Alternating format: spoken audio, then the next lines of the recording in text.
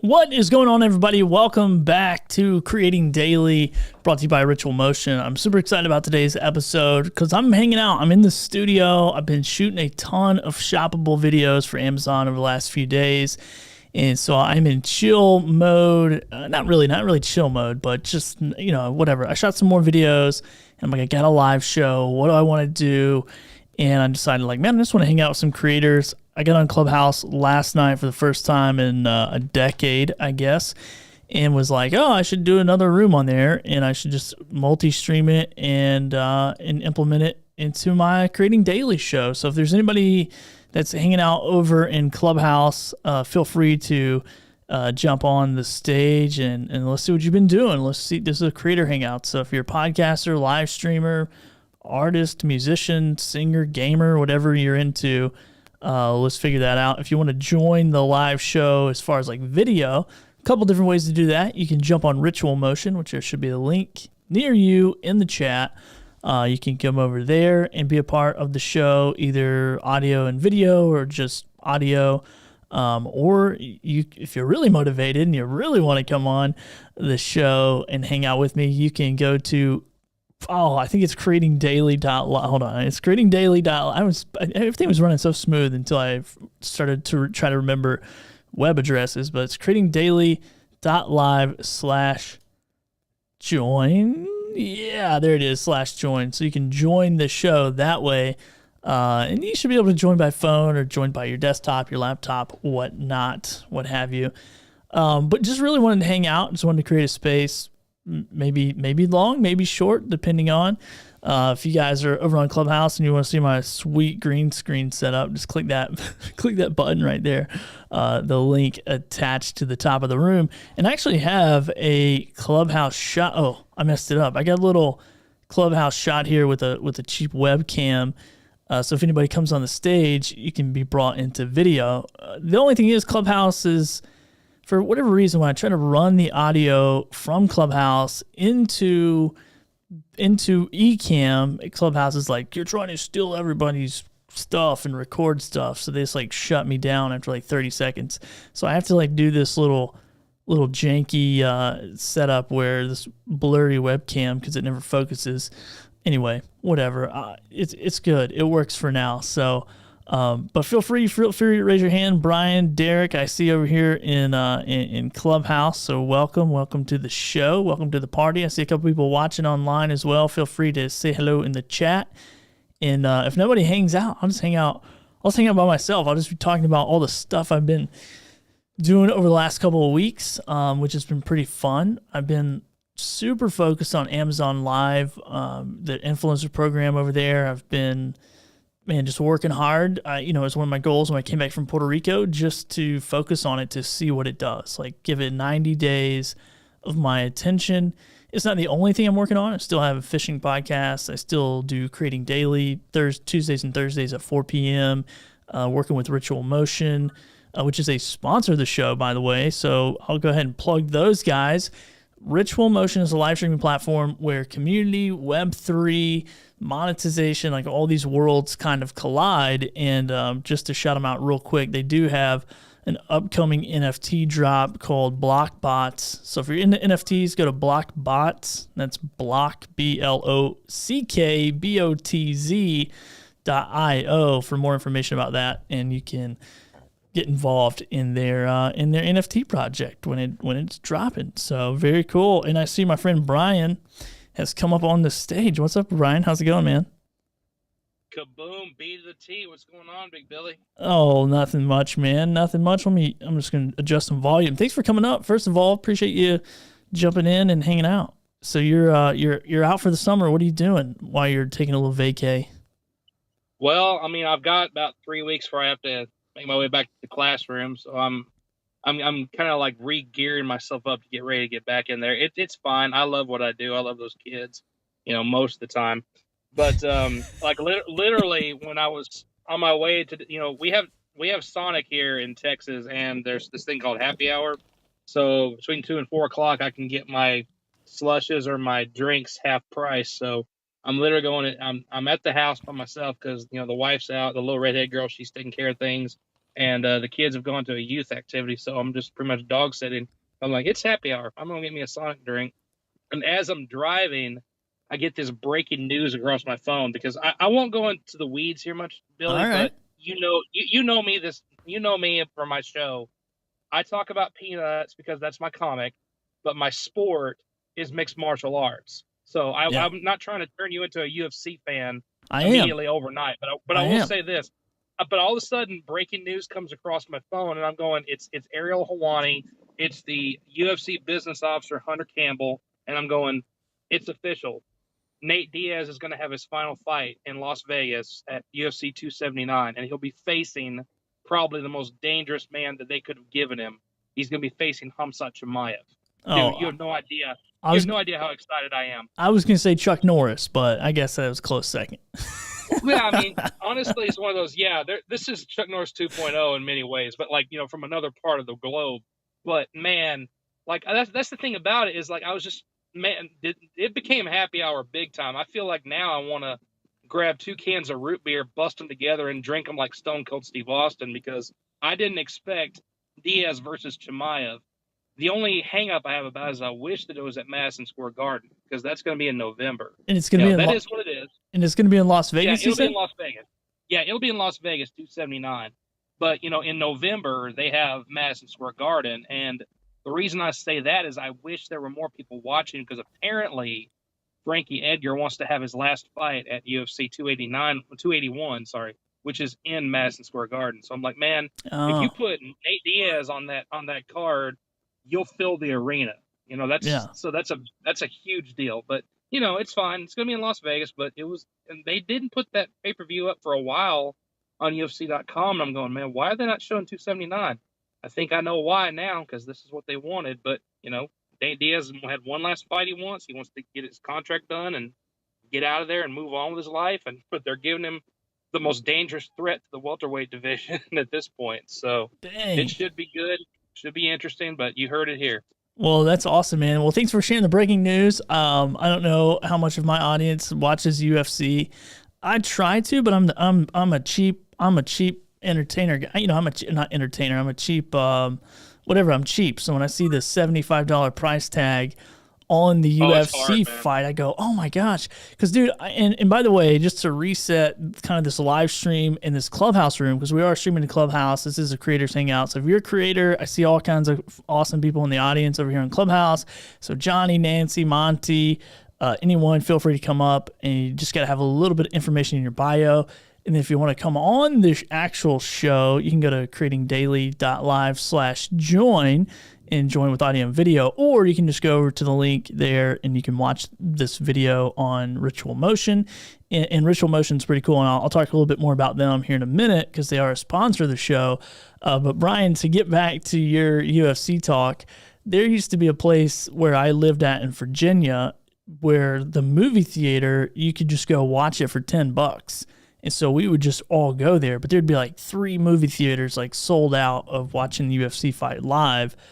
So that was pretty cool. That was always a lot of fun to do that. And now if my neighbor buys it, I'm like, yeah, man, I'll come over there and, bring you a beer or something and hang out with you. But yeah, I was on ESPN Plus or whatever the other day, and I was like, because it's weird because I have like the Disney Plus, Hulu, or whatever, like the package deal. And all of the preliminary stuff is included, but then when it comes to those main events, they're like, no, no, no, you got to pay that $75 fee. So I don't know. Yeah, it's hard, man. I mean, that's the thing. You're right. They've done that a couple of times around my local area, but they weren't for UFC. They were for Bellator. So I don't know what it was, but Showbiz Cinemas must have been a fan of Chael Sonnen because every time it was Chael versus Tito or Chael versus Vanderlei Silva. So yeah, they haven't done one with the UFC over here, I don't think, in a while. But you're right. It's gone from like $6.99 a month for ESPN Plus now to $9.99. Those pay-per-views are expensive.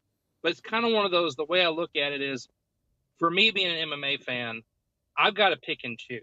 I mean, I have my ways of getting my updates, and I can watch my free fight nights on my ESPN Plus.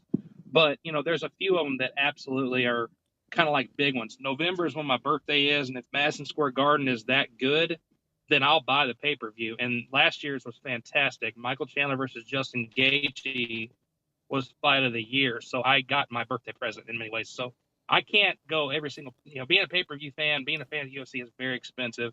But at the same time, Dana White does not cut these guys near the pay that they should get. And that's one of the ways to show you are a true fan is to help, them be able to get better pay by just simply tuning in, not illegally streaming it. And, but it's hard. You got to pick and choose, got to do what's in your budget. But usually I watch Madison Square Garden if I can, especially if it's a good one. Yeah. Yeah, man, that makes sense, dude. It's kind of like the music industry. It's, maybe not podcasting or live streaming. Maybe that's, much different, but I mean, yeah, no one's paying me to go live. I mean, Ritual Motion's paying me, but it's for, we have a package deal. So it's a little bit different than just going live on their platform or whatever. I mean, I've had some live stream companies just pay me to go live. So it's like, yeah, please watch live. Like, it supports me and makes sure I'm, bringing people to the platform or whatever. But I guess it's like a podcast or live streamer. It's not a problem that we super have, but I could see, but here's my question though, is like, just because people watch pay-per-view, does that mean their paychecks go up? Are they like commission based? Like, oh, we had 5 million people watch it, so now you get a 1% pay increase for this fight. Like, yeah, there's a point system. There's some that go to the pay-per-view buys, but what matters absolutely the most for these guys is they have to win because their purses are going to be bigger if they come off a win. But that does it's somewhat beneficial the more that people will pay revenue. It's just like boxing and even the WWE, they do depend upon pay-per-view buys and things like that. So it's kind of the same thing. It's a unique sport in so many ways, and it's just one of those. If you really do want to contribute to their career, one way to do that is if they've got a huge pay-per-view fight, then you've shown your true loyalty to them by purchasing it. But it depends. That's why I tell everybody, don't get so caught in the weeds of every single fight. I mean, just find somebody you like. Find a weight class that you like, because there's plenty of them to pick one. And probably the most dangerous one is the lightweight division with the most stardom. But, it's bantamweights is not too far behind it. But, if you find somebody you like we're about to have this Saturday, a guy who it's a free fight night except for ESPN Plus subscription. If you want to get behind somebody, a fun fighter to get behind is Paddy the Baddy from Liverpool. I mean, the MMA machine wants to get behind this guy, but wait, Paddy the Baddy? He has to keep winning.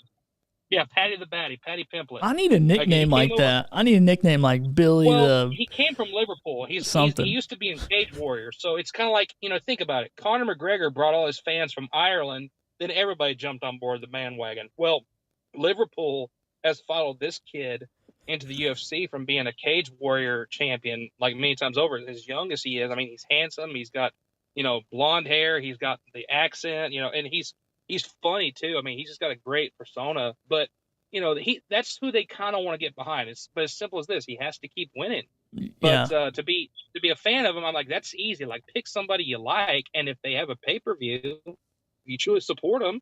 Then, or if somebody buys the pay-per-view, yeah, go to your friend's house, but at least somebody bought it. And I do that a lot of times too. My buddy will buy the pay-per-view. I'll go buy and bring $20 for cookout and for beer, things like that, and that we can just sit back and relax. But somebody has bought it, and that does make a difference, because it's one of those, who is the real boss here? Is it the owner of Dana White, or is it the fans who pour into the sport? And if you're not buying it, then it falls back into Dana's hands. True. So yeah. You gotta consider that. Which I guess all those guys are probably sponsored as well. Like, I mean, they're wearing those trunks, and I've thought about that too. Not as much as they used to. Oh. Yeah, the Bellator has a lot more of that, but nowadays UFC is mostly, if you look at their trunks, Mm-hmm. the only name you're going to see on there is Venom. It used to be Reebok. They have this full partnership with Reebok. Now they switched over to Venom shorts. So not as much as you think. If you look at their shirt, you'll see crypto.com. It's just not as much as it used to be. Yeah, that makes sense.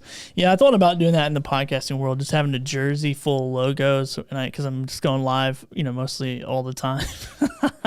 and by the way, not a bad idea. I know, right? Like, oh, hey, sure, hey, Road, hey, you guys all sponsor me. I'll put your logo on a jersey and wear it every day of my life. I mean, I wear a black shirt all the time anyway, so I might as well have some logos on it. And then you got a fan over here on Ritual Motion. We got Ricardo watching. He says, wait, UFC talk, I'm pissed I'm late. Patty the Batty is pretty good. So I will give somebody $5. I like this cat, whoever he is. We need to link up. I know, yeah. So head over to Ritual that link above us on Clubhouse and tap in there and connect with Ricardo. You can chat with him. But I'll give somebody $5 if you come up with an awesome nickname that I can use on the show. Like, I think that would be a lot of fun to, have a little nickname. I don't know what that would be, and by the way, Johnny, Nancy, Monty, Brandon, anybody that's in the audience, feel free to come up and hang out with us. We're just hanging out. I'm streaming to Clubhouse and YouTube, I believe, and Facebook, I think, and some maybe other places. I don't really know. I don't know what buttons I pushed or not. But yeah, man, I've just been, dude. So it sounds like you should start a UFC podcast if you don't have one already, or maybe a live show. Well, I guess this is where I can drop the bomb is, for the longest time, those that are listening, I have my own show called Your Favorite Blockhead. Like, I am a huge Peanuts fan, so I talk about that at the first part of my show. But then the second part of my show is when I talk about the updates in the UFC. You're not the only one that said that, so I'll go and say it now. I have another show coming out this month that I'll be releasing the very first episode. It's going to be once a month because, I'm still going to do my weekly show, but I'm going to start doing something called the YFB MMA Takedown, where I literally go into recaps, reactions to UFC, to Bellator, to PFL, to One Championship, and make it entirely about MMA. So I love will it. be doing that. So be watching soon. The YFB MMA Takedown is coming at the end of this month. Well, dude, because I was going to say, like, we basically have been just doing a UFC episode right now. Like, you just been getting me fired up. And I don't really know that much about it, but one of the things My bad. No, you're good, dude. You're good. Like I said, I watch it, but I don't know, like, oh, this is this type of grapple or this type of chokehold or whatever, or like he should do this or that, and I don't really sports that well anyway. So even with football, like, I kind of know what's going on. Soccer, no clue. Basketball, kind of. Baseball, yes, because I used to play as a kid a bunch. But dude, when it comes to UFC, everyone likes watching somebody knock somebody else out. I'm just there for the knockout, hopefully. But dude, you're like ripping on it, and I'm like, wow, this guy's like a commentator. So you should definitely. I'm excited, man. Let me know. And then Ricardo says Billy the Butcher from The Boys. Okay, that's so funny, man. Billy the Butcher. I like it, Billy the Butcher. What you do to fish, man, it's inhuman. So I mean, that kind of does fit. Well, that's the problem, dude. I got to catch a fish to kill a fish, and I haven't been fishing in a while, right? So even I had a mahi fishing trip lined up last week. Oh, and the weather, dude. Those offshore trips are always like 50-50. So it ended up getting canceled, but I worked several late nights because it was Amazon Prime for 2 days, and so I was really going for. I mean, I would not say going for it on Amazon Prime Day. Like, there's some people that went for 12, 14 hours, 15 hours, and those guys are just animals. I think I did probably 5 hours of live streaming on those 2 days, and I was like, yeah, man, I did a lot. And then I got on another stream, and they're like, yeah, this is my 14th hour. I'm about to finish up. I'm like, holy smokes, dude. So Anyway, and I see Monty down there. Monty, feel free to come up, man. I don't think we've recapped after Prime Day. So if you at a place where you can come up and hang, or anybody really, just come up, say what you're working on. If you're watching on Clubhouse or if you're watching on some other platform, jump into the convo either on Clubhouse or Ritual Motion. So Brian, you're starting your second podcast. I guess you don't have any other ones. Yeah, this will be the second one. There's actually going to be a third one down the line too, but it sounds like I'm doing too much. Trust me. Your favorite blockhead will be every Saturday like it's always been, but people have begged me to do this, so I'm like, well, that means one time a month I'll do an MMA takedown, which is coming up, but also for my day job, I am a history teacher.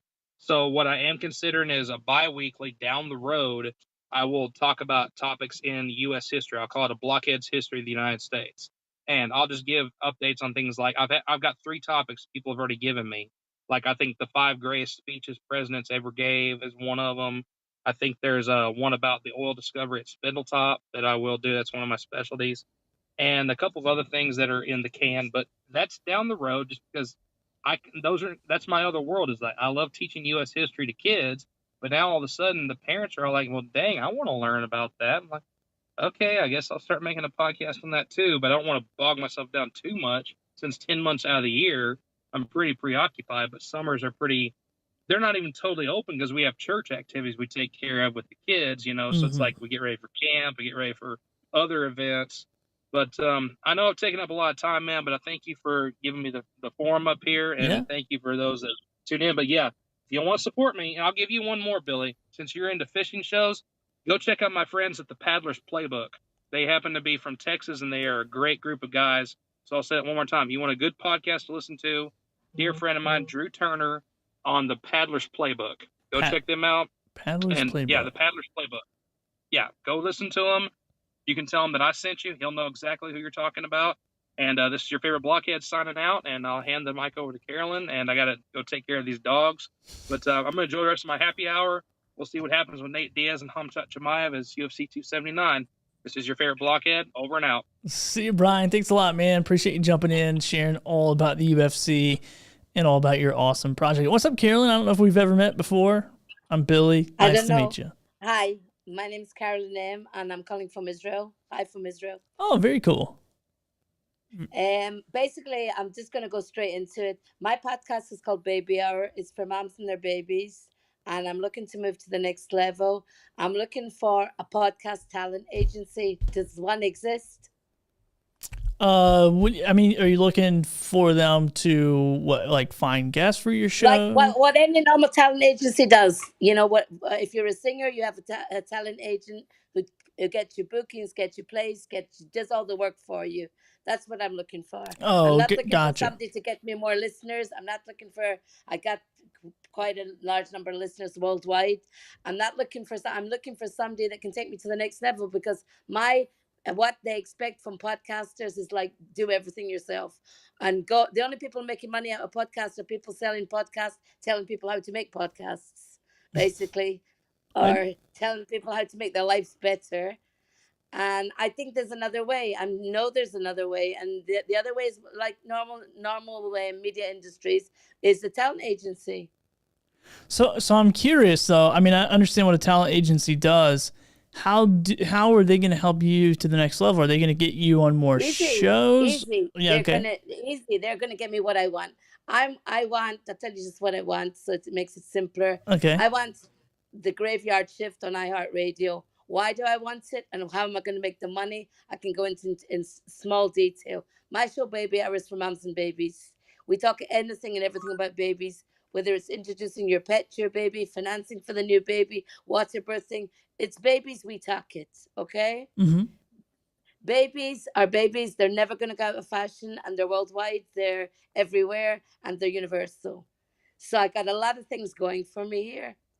Now, I'm looking for, and I'm going to get it, is the graveyard shift on one of the large networks in the States, which would be iHeartRadio, one of the other large networks.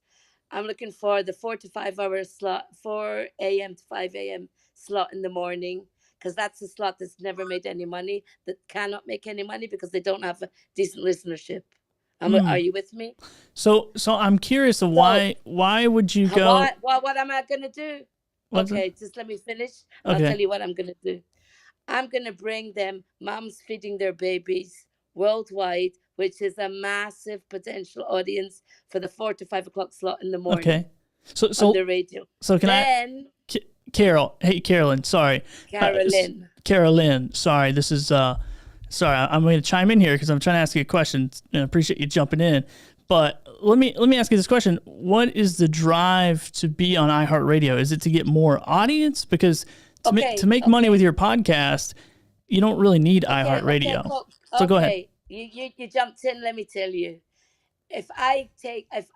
when I take the morning slot on iHeartRadio, we'll podcast it worldwide.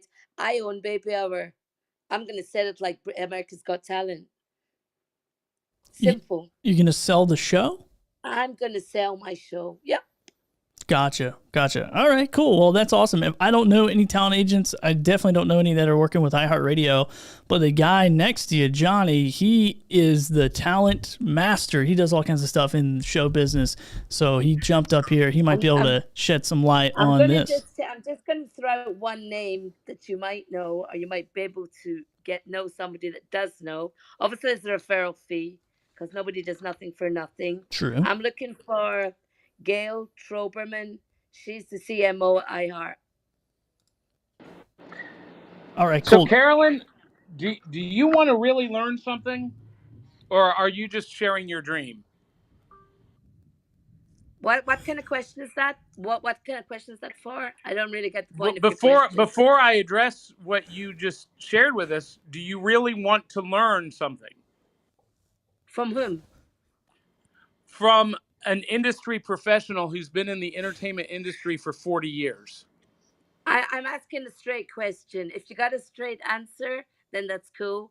If not, then go ahead. Show me your experience, and I'm happy to listen to anybody. Go ahead. I just didn't get the point. I just didn't get the point on the way you asked your question, but go ahead.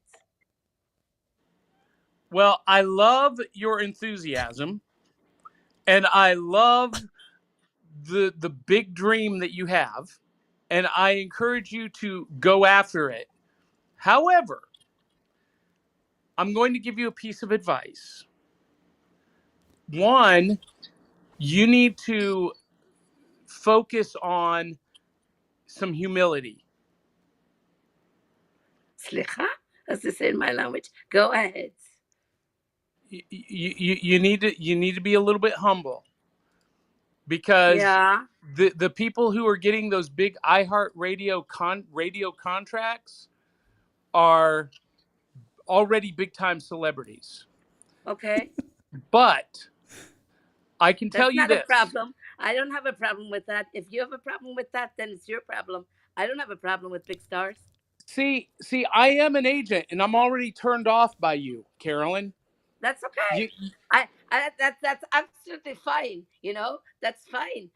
So if you're turned off by me, then we don't have no conversation. Okay. But you go ahead. Okay. You go ahead. Oh, okay. I'm gonna chime in. So I'll let you guys kind of go for it. They're very entertaining, and I think Johnny, coming from the industry, does know a lot of people in that world. I mean, he lives it. That's cool. That's cool. Hey, Carol. That was rather rude. And his opening question was rather rude. Yeah, sure, and I get it. And you interrupting. I think that was rather rude. Oh, that's not rude, is it? That I moved you to the audience? Because that's what happens. Like, sorry, Carolyn, you lost. You don't know how to let anybody else talk, so I just had to put her in the audience. Yeah, I'm going to be Carolyn for just a minute. I'm not going to let you talk on your own show, Billy. Johnny. And I'm just going to tell you what I'm going to do, and I'm going to do this, and I'm going to do that, and it's because I'm the greatest and the greatest that ever was, and I'm going to bring everybody everything they ever wanted, and they're going to love me because I'm me, and come on. Okay, Johnny. Okay, I see. Okay, I am live streaming this everywhere, so hopefully you don't mind. Just so you know, I didn't mean to be rude. But I did want to know if someone is actually interested in learning the way the entertainment industry works. I know. And so, anyway. So Johnny, I am interested though, because, I do think that is I do think that is a question that it is an interesting thing, because it is like, hey, we are podcasters. We do, in my opinion, we are talent. We are showing up. We are doing the work. We are learning all the ropes. So do you, and being, I know you've been in the music industry, you've been in several different industries, especially in the Yes. entertainment world. Do you see that that is like a viable position for podcasters to kind of go after, like to say, hey, I do want to go host a show or be hired to host a show? Or are you seeing that in Nashville at all, where podcasters are like getting lifted up a little bit? No, I don't. And there, it's a stigma thing. It's a paradigm shift that has to happen. Most talent brokers, most talent agencies do not see value in podcasters. We know that businesses, corporate America, they're starting to see the light with advertising dollars, and they're Mm-hmm. investing. But still, talent agents, they don't see it if you call yourself a podcaster. However, if you call yourself a voiceover artist, it's a whole different ball game, and the world is wide open to you. So if you want to be represented by an agent, a talent agent, you need to find out how to break in as a voiceover artist, and then you can start making your headway into other avenues. But if you want to learn how to get into radio, Carolyn, you need to talk to our friend John Wiley on this app. Mm-hmm. If you want to Yeah. learn how to get into voiceover acting, you need to talk to our friend Lisa Lee on this app. Those are people who have the inside track, and they will help you do that. If you want to be booked as a speaker, that's another avenue. Get booked as a corporate speaker. And there are agents who do that. But currently, right now, I don't know of any agents who represent podcasters except for Ben Shapiro's agent, Joe Rogan's agent, Mm-hmm. and Yeah. Adam Carolla's agent. You know what I'm saying? Yeah. Yeah, that makes sense, man. I mean, I do think it is like, you probably would have to. I mean, I think you could probably get signed by iHeartRadio, like if your show is good and if you were, I'm really on pulling. iHeartRadio. Yeah, I mean, like I guess syndicate. So I am too. Like, right, my show's like syndicated on there because I applied and did all that other stuff. But yeah, I don't really understand the. I guess maybe it's. Do they own a bunch of shows? I guess they own a bunch of shows that she wanted to be on. Which couldn't ask a question, or I would ask her that. So I'm not really sure. But iHeart does brokered syndication to radio stations across the country. oh, And gotcha. a lot of those overnight programs are brokered shows where iHeart literally buys the radio time for pennies, because Yeah. it's very low listenership, but they're targeting very specific people overnight.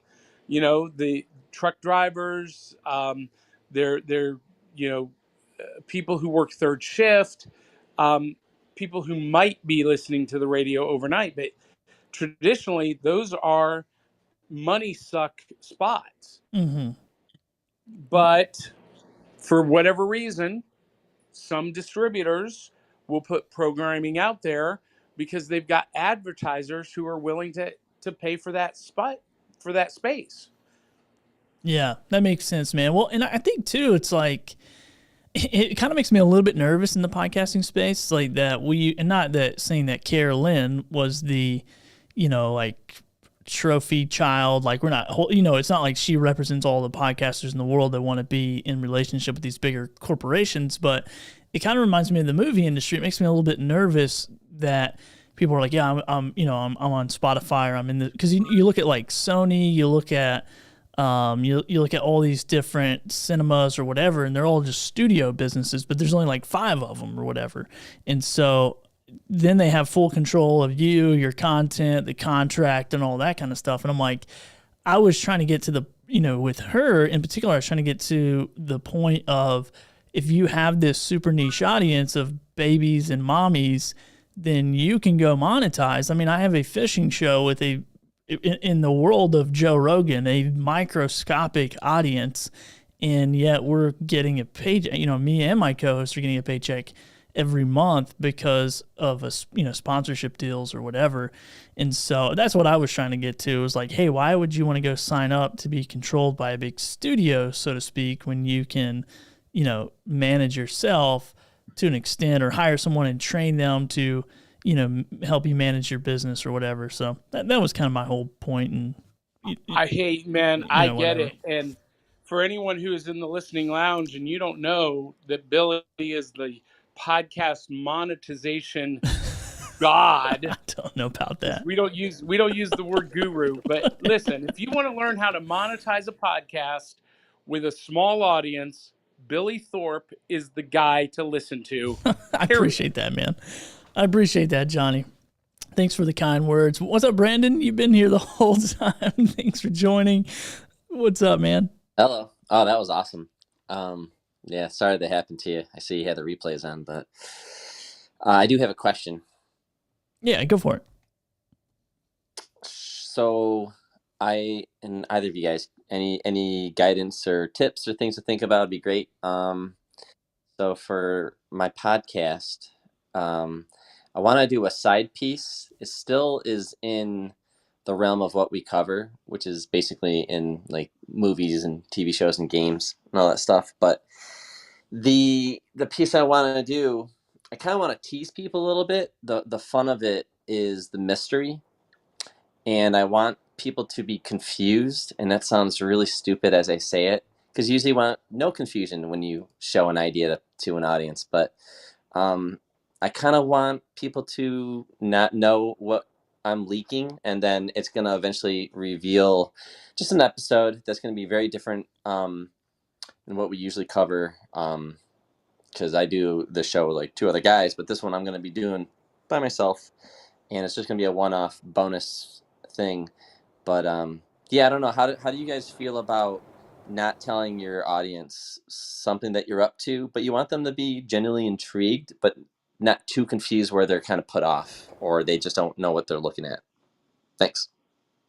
I love this idea.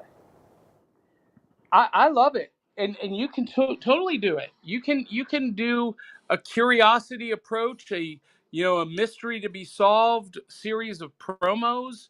You could totally turn this into something fun where people show up just to figure out what in the world is going on, but you got to do it the right way. And I've done this a lot with live shows. We tease stuff, and movies do it all the time with trailers. There's a mystery to be solved, or here's just the enough of the story to get your appetite whetted, and come check it out. I think you can do that with a podcast, Billy. Yeah, man. I'm just sitting here thinking, Brandon, as you were telling us what you were doing, you were keeping it mysterious enough to where I'm like, well, what are you doing? Like, so, and it has me intrigued, and I would be like, oh, okay, cool. Now I'm like really curious. So like, when does this episode come out? What is he talking about? And so, man, I think that contrast is always there with any entertainment, similar to what Johnny was saying, is like, that's what a cliffhanger is, right? That's why we cut to a commercial break and everybody in the room goes, gosh, come on, can you not just tell us what happens, or whatever. So yeah, man, I think you're onto something. I think it would be cool. I think it's definitely worth taking a shot at and seeing how your audience responds to it. They don't have to know everything. It's like, I know a lot of podcasters and podcast coaches will say, well, if you're doing something, you got to tell your audience you're doing it, blah, blah, blah. And I don't necessarily believe that all the time. Like, I won't do an episode, or maybe I won't post an episode, and I'll just come right back in and start doing episodes again. Like, I don't need to explain, that I had a stomach ache and couldn't figure it out, and I'm really, really sorry. Like, unless they're paying me.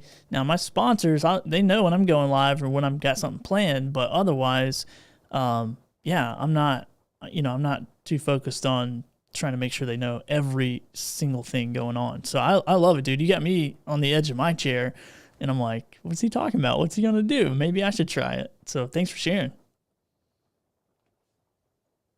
Thanks. Yeah, it's hard. I don't know. We only have like 400 and some followers, and people engage with other posts, but these these little things that I've been like dropping with like no context. All I have is the magnifying glass emoji and then the image, and nobody's liked it. Nobody's done anything with it, and I don't know if it's just like I just need to be patient because I've never done anything like this before. But I dropped 2 images or 3 images yesterday, and I'm like, okay, dropping more doesn't help. Let me drop one today, and then I'll see what happens. So I'm kind of experimenting my way through this. Hey, Brandon, where are you dropping them? Twitter. Okay, I can't help you with Twitter. I'm not a Twitter guy, but anyway, I was just curious. Yeah, that's what I was going to say too, man. I don't know too much about Twitter, and I guess that's where you're getting the most interaction from your audience anyway, like listeners, is on Twitter. Yeah, I'll probably once I've spent more time kind of branding this little idea, having actual visuals and a template and all that stuff. I'll start putting together some video maybe and go on TikTok, do some short form video too, just to kind of. But ultimately, everyone's being guided to the episode. So Gotcha, man. Yeah, so I think you're onto something there, man. I think it's cool, and maybe people are like a little confused, maybe they don't 100% understand, so they're not interacting. But I don't know. It's like I know Monty Weaver there in the audience. He has a phenomenal YouTube channel, and I even hear in Facebook audience, and I even hear him sometimes say like, "Man, my YouTube followers, they support everything. They just kind of pop off and go wherever I go and follow me around the internet." And then he's like, and then on Facebook, it's just like crickets. So, it might be spreading out those marketing materials a little bit more to see, what audience. And I think that's what we're all doing, honestly, is like, and I probably suck at marketing podcast. Like I do suck at it. I'm not even going to play like I don't. Like I'm just trying to get, more people interested in what I'm doing in general. And then because there's so many moving pieces to my business, to my, content or whatever. And then I'm just like, whatever platform I'm playing on, like if I'm really focused on Instagram, for instance, right. Well, I'd probably switch it up now, but when I was really focused on it, I was doing all carousels. Like carousels were huge. So I was doing all carousels, and it was all just quality information for the content creator, for the podcaster. And then, that would attract them to go, oh, what else does this guy do? And that it was more that organic approach rather than, hey guys, new episode out now, go check it out. Like I think those are, like those little coupon book approaches, what I call them, not my favorite approach. Like I would rather go somewhere to get the value from that account, the reason why I'm consuming. So if I'm consuming on Instagram, it's for entertainment purposes typically, or maybe it's for educational purposes. Like I go to YouTube for education. I go to Instagram and TikTok for entertainment. So if I'm, on one of those platforms and it's not delivering what I want, I'm not going to engage with it at all. So it might just be trying to figure out what does that Twitter audience want versus the Instagram audience versus, YouTube or whatever. And I think we're all throwing mud against the wall. I don't know if there's a magic wand to shake at any of these platforms. And if you find it, then it will change tomorrow, so it doesn't matter. Well, cool. Well, I appreciate you guys jumping in. Oh, yeah, go ahead, Brandon. Sorry. no, I was just saying thanks. I like how I don't like to just say new episode. I think that's so boring, and I don't want to be boring because there's 1,000 podcasts that do what we do. So I want to be different, and I like your style of just how can we be different, be more interesting when we say we have a new episode. Still trying to figure that stuff out, but I aligned with that comment that you made. Yeah, man. So I tell you one thing that can really fire up your show, which was proven today that fired up my show, is get Carolyn in here and get her on your show. There's like a part of me that loves like those drama podcasts, like those. I don't know if you guys follow any of those LA podcasters, like who I can't remember their name. And the only one I remember off the top of my head is like Tiger Belly, and it's typically like a bunch of comedians with different podcasts, and they have like kind of all this drama within the LA podcast scene. And I think that stuff is so funny. Like if I'm not careful, I will get trapped into it for like hours of my life. But anyway, that's what it reminded me of with Carolyn. I'm like, oh, dude, we're about to have some like clubhouse podcaster drama right here. Like, I don't know. I should have probably let it play out because Johnny was about to eat her lunch before I kicked her off the stage. Dude.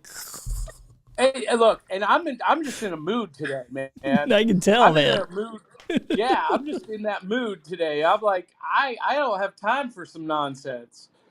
Oh, I thought it was awesome. I thought that was like the coolest thing. That made me want to come up. I was like, that was like, I don't know what her problem was. It could be a cultural thing at first, but what culture lets you like yell over people? Like, and Yeah, talk I mean, she's been in rooms before, man. She's just not a very good communicator, and kind of like what Johnny said, like she doesn't want to learn anything, and I kind of knew that, but I was like, well, maybe. But I've heard that same question and that same approach in probably 3 of my rooms and probably a half a dozen other rooms where it is just like, why are you even coming up here and asking? Like, you just go figure it out because you're not going to listen. So anyway, it was fun. So anybody that missed it, make sure you go listen to the replay. Everybody was pretty nice and pretty cordial. Well, man, this has been a ton of fun. Like I haven't been on Clubhouse in a long time, but I am streaming to Clubhouse, to Ritual Motion, and Ritual Motion is actually a sponsor of the show. So it's a live streaming platform that's really focused on Web3. It's really focused on community, and they are kicking off some NFT projects and different things like that. And so I have partnered up with them to come be a part of their platform as a content creator, obviously, and then brainstorming some community building things on the back end. So that's been a lot of fun. So if you haven't created over there yet, if you haven't created an account, just go check it out, ritualmotion.com. If you're on Clubhouse, you can tap into there. And Melanie is the contact person over there, and she's awesome. She's phenomenal. So you can use their tools, and I've used them before, but I am just pushing in my feed to there. And the cool thing about this is, and I actually have it turned on, so if anybody's over there when this is over, there's a networking session, like a pre-networking session, and then a post-networking session. So think about like Twitch and Zoom came together and had a baby. So there's like this Zoom style room after your live presentation or your live show, and then you can have a big group, and then you can break down into little small groups, which I think is really powerful. For content creators like us who are always going, how do we get more connected with our audience, especially podcasters? Like, how do we get more connected? How do we, reach them and do these small sessions? Or like Monty. Monty has a private membership group. So if he wanted to go live and then said, hey, guys, for our members, we have this networking thing afterward. And I don't know. I don't know the process of verification. Like maybe Melanie could go over that with somebody or whatever, but it's kind of a cool thing to have that gated, after show or pre-show, with a guest or, with you or whatever as a coach. So yeah, to do any follow-up Q&As, all that stuff. So that's what I've been doing. I've been working with those guys, and then I've just been hyper-focused on Amazon Live. Johnny, I know you got an Amazon Live account, man. I saw you on there a couple times. We'll tidy this conversation up by talking about your experience. Well, and I really haven't done very much with it. I just haven't had the time to invest into it because I'm getting ROI and results elsewhere, but it is something that's still on my radar and something on my map. Yeah, man, I would definitely, I got on it and I slept on it, dude. I slept on it, and now it's one of my, dude, I don't know if you guys hear that. There's like a giant rainstorm happening, but it's actually one of my most lucrative things right now in the content creation space. It's over. I think it's going to overtake my podcast pretty soon. Like, it's pretty insane. And I've just been focused on it for, really like a few weeks. Like I made about 30 shoppable videos. I did some lives. But now since I'm at home in the States, I've been doing a bunch of brand deals. So I've used that skill set of getting sponsors for a podcast and now getting brand deals. And so it's like product plus money, to do all these shows. And so far, man, it's averaging, much more on a daily revenue basis, like way more than my podcast or any other thing I have going on. So I'm hyper focused on it. We'll see the longevity, but right now it's definitely what I'm doing when I get off this call. That's for sure. So anyway, Johnny, I said all that to motivate you in your downtime to to work more. Downtime. In your downtime to work more. What is downtime? I'm multitasking on 3 other projects while I'm on Clubhouse with you. I know, dude. And then you're gonna leave this call and you're gonna go to a ghost walk downtown Nashville. So you're busy. I am actually gonna leave this call and go visit the brand new One a Spoon cereal bar in Nashville and talk to them about doing some partnership. Dude, I love it, man. Well, congratulations on having a cereal bar open up next to you, and early congratulations on breaking a deal with them. I think that's going to be cool. So you are the man with a plan. So Johnny, Brandon, Monty, everybody else that's been here for the whole time, I really appreciate you guys jumping into Clubhouse, Ritual Motion, watching on YouTube or Facebook or wherever else you've been watching. And that is going to be the conclusion of today's Creating Daily. I'll be back on Thursday with the master of Discord. So if you want to talk about building communities and all that kind of stuff, I got Keely Denton coming on the show, and she is phenomenal at building Discord servers and building up that community.